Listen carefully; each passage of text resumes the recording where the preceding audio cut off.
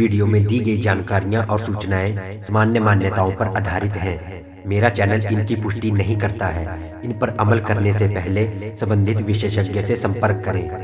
हमारे भारत देश जैसा पूरे विश्व में दूसरा कोई और देश नहीं, जहां लोग एक साथ मिलकर बिना किसी भेदभाव के भाईचारे के साथ सारे त्योहारों का लुत्फ उठाते हैं।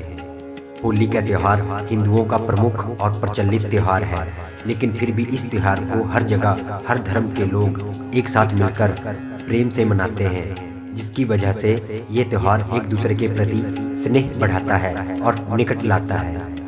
हमारे देश में जितने भी त्योहार मनाए जाते हैं, उन सब के पीछे एक पौराणिक और सच्ची कथा छिपी हुई होती है। ठीक उसी तरह होली में रंगों के साथ खेलने के पीछे भी बहुत सी कहानियाँ हैं। आज इस वीडियो से हम ये जानेंगे कि होली का त्यौहार क्यों मनाया जाता है। होली का दिन बड़ा ही शुभ दिन होता है। ये पर्व हर साल बसंत ऋतु के समय फागुन यानी कि मार्च के महीने में आता है, जिसे पूर्णिमा के दिन मनाया जाता है और ये सबसे ज़्यादा खुशी देने वाला त्यौहार होता है। ये बसंत का त्यौहार है और इसके आने पर सर्दी खत्म हो जाती है और गर्मी की शुरुआत होती है।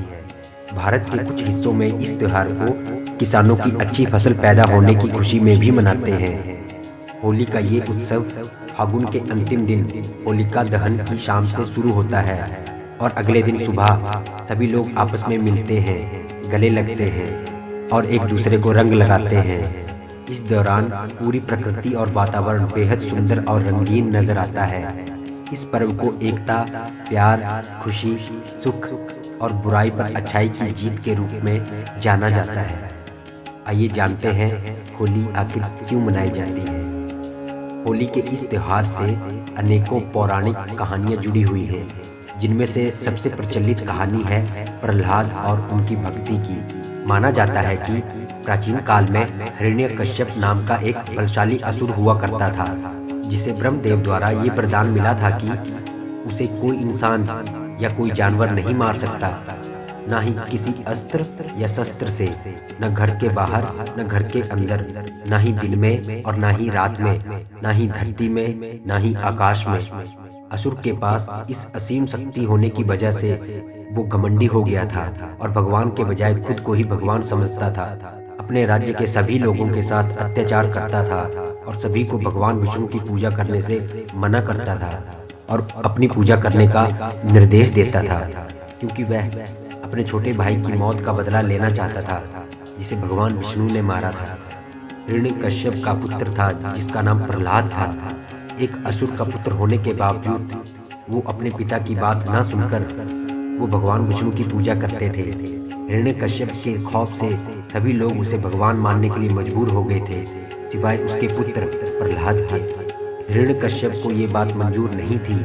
उसने काफी प्रयास किया कि उसका पुत्र भगवान विष्णु की भक्ति छोड़ दे, मगर वो हर बार अपने प्रयास में असफल होता रहा।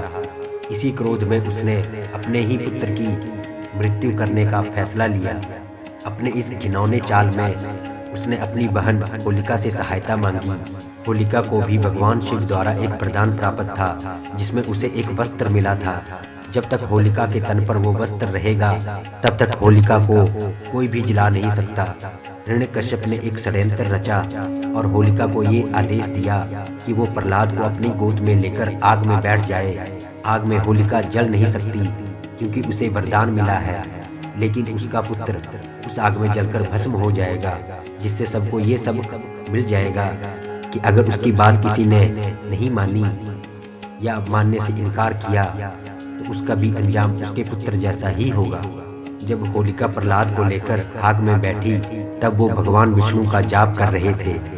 अपने भक्तों की रक्षा करना भगवान का सबसे बड़ा कर्तव्य होता है, इसीलिए उन्होंने भी एक षड्यंत्र रचा और ऐसा तूफान आया जिससे कि होलिका के शरीर से लिपटा वस्त्र उड़ गया और आग से ना जलने का वरदान पाने वाली होलिका भस्म हो गई। और वहीं दूसरी ओर भक्त प्रहलाद को अग्निदेव ने छुआ तक नहीं। तब से लेकर अब तक हिंदू धर्म के लोग इस दिन को बुराई पर अच्छाई की जीत के रूप में देखते हैं और उस दिन से होली उत्सव की शुरुआत की गई और इस दिन को मनाने के लिए लोग रंगों से खेलते थे। होली से ठीक एक दिन पहले होलिका दहन होता है, जिसमें लकड़ी, घास और गाय के गोबर से बने ढेर में इंसान अपने आप की बुराई भी इसके चारों ओर घूमकर आग में जलाते हैं और अगले दिन से नई शुरुआत करने का वचन लेते हैं। आइए जानते हैं होली कैसे मनाई जाती है।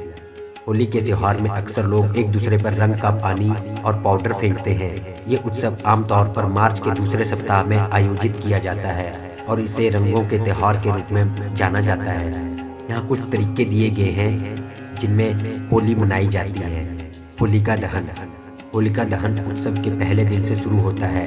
लोग सूर्यास्त के बाद खुले मैदान में अलाव जलाते हैं और पूजा अर्चना करते हैं और आग के चारों ओर गाते हैं और नृत्य भी करते हैं, क्योंकि यह बुराई पर अच्छाई की जीत का प्रतीक है। रंग फेंकना। उत्सव के दूसरे दिन लोग रंगों से खेलते हैं और पानी और रंगीन पाउडर से सरोवर हो जाते हैं। कुछ लोग सुगंधित पानी का उपयोग करते हैं, लेकिन आजकल ज़्यादातर लोग व्यावसायिक रूप से तैयार किए गए रंगों का उपयोग करते हैं। गुजिया और अन्य व्यंजन। होली के दौरान लोग मिठाई और नमकीन खाकर खुशी मनाते हैं। उदाहरण के लिए एक मीठी पेस्ट्री है जिसे गुजिया कहा जाता है, एक स्वादिष्ट नाश्ता जिसे मठरी कहा जाता है और एक ठंडा पेयजल जिसे ठंडाई कहा जाता है। संगीत और नृत्य। जब संगीत और नृत्य शामिल होता है तो लोग उत्सव का अधिक आनंद लेते हैं। वो एक साथ मिलते हैं और ढोल की थाप पर नाचते हैं और लोग गीत गाते हैं। क्षमा और एकता। होली एकता और क्षमा का दिन है। लोग एक दूसरे को जानने और पिछली गलतियों को भुलाकर संघर्षों को सुलझाने की कोशिश करते हैं। यह कर्ज चुकाने या माफ करने और अपने जीवन में उन लोगों के साथ नए सिरे से शुरुआत करने का दिन है। होली के दौरान भारत के विभिन्न हिस्सों में लोग कई अलग अलग तरीकों से मनाते हैं। उदाहरण के लिए उत्तर प्रदेश में महिलाएं पुरुषों को पीटने के लिए लाठी का इस्तेमाल करती हैं, जबकि गुजरात के बरसाना में लोग एक दूसरे के साथ राधा कृष्ण की होली खेलते हैं। अन्य स्थानों जैसे राजस्थान और गुजरात में लोग संगीत, नृत्य और भोजन के साथ खूब मस्ती करते हैं। आशा करता हूँ कि आपको ये वीडियो बहुत पसंद आई होगी और होली के बारे में आपको बहुत सारी जानकारियाँ प्राप्त हुई होंगी। कृपया मेरे चैनल को सब्सक्राइब जरूर करें। जय हिंद, जय भारत।